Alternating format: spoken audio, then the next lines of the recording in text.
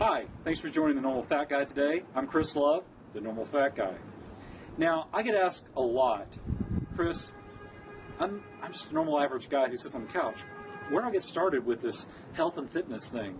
And I always try to tell people to start kind of slow, but get going and get something that's really achievable.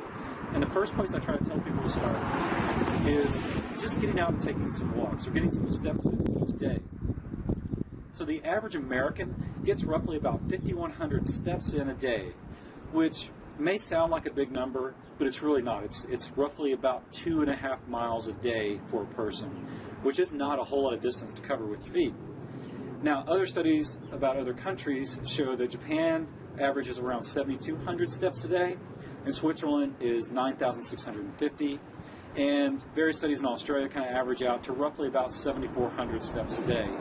Obviously a little more than the average American, but still relatively low.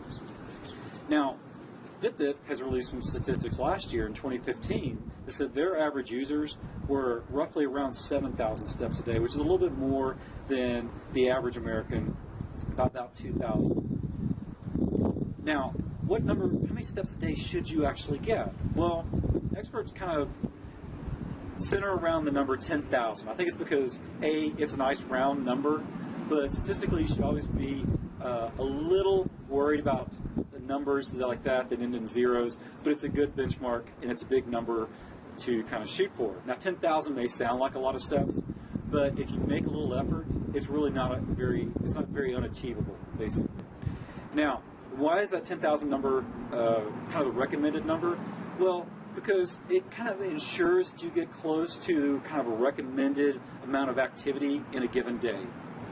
Now, that's kind of a relative number and everything, but I still think 10,000 steps is a good number for the average person to try to shoot for. Now, there are many benefits of taking walks. If you walk at a more brisk pace than just a casual walk, like you're walking around a mall or a store or something like that, then what's going to happen is your heart rate's going to move up a little more. So I try to take routine walks on a daily basis, and those walks average anywhere from 30 to 60 minutes, probably averaging out somewhere in the 45-minute range. And I try to get somewhere between a 14 and 16 minute mile pace, which is not that brisk, but brisk enough to get my heart rate up around 110 to 120 beats a minute. Now, the significance of that is that when I'm up in that range, I'm up in what we call the fat burning zone. And that's obviously a key thing when you're trying to lose weight, is to burn fat.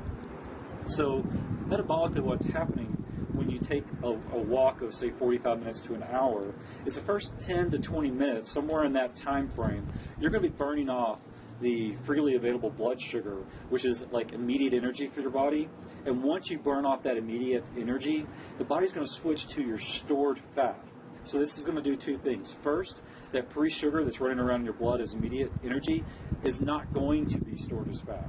And then once you get past that point and start getting the fat out of your fat cells to burn as energy, you're obviously burning off and melting the fat, which when you're trying to lose weight is the ultimate goal, is to burn off fat. Now, the nice thing about it is getting up to 110, 120 beats per minute is not strenuous for the average person. You may sweat just a little bit, especially if it's hot outside, but don't worry about that, but just enjoy your walk. Now, another thing that's nice about walking as far as a fitness approach is it's completely free. I'm pretty sure you probably have a pair of shoes to walk in, and you have clothes, which are pretty much the only requirements to walk around a neighborhood or park or trail. You could walk around barefoot. I don't know that I'd recommend it, but it may be your thing.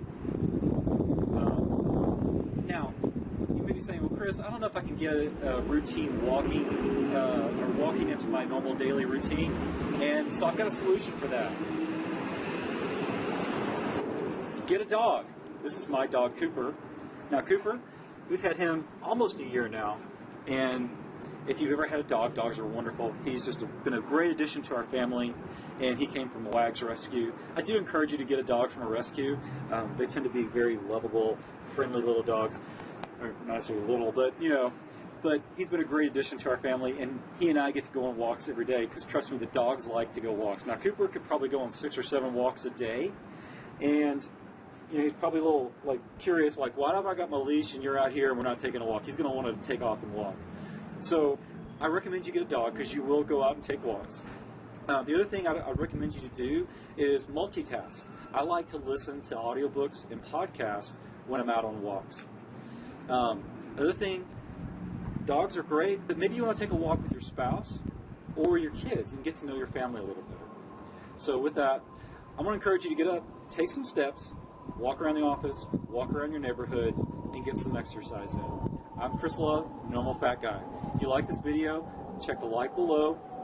Also tell your friends. And if you haven't subscribed to the YouTube channel, please subscribe to the YouTube channel. You ready, Cooper? Let's go.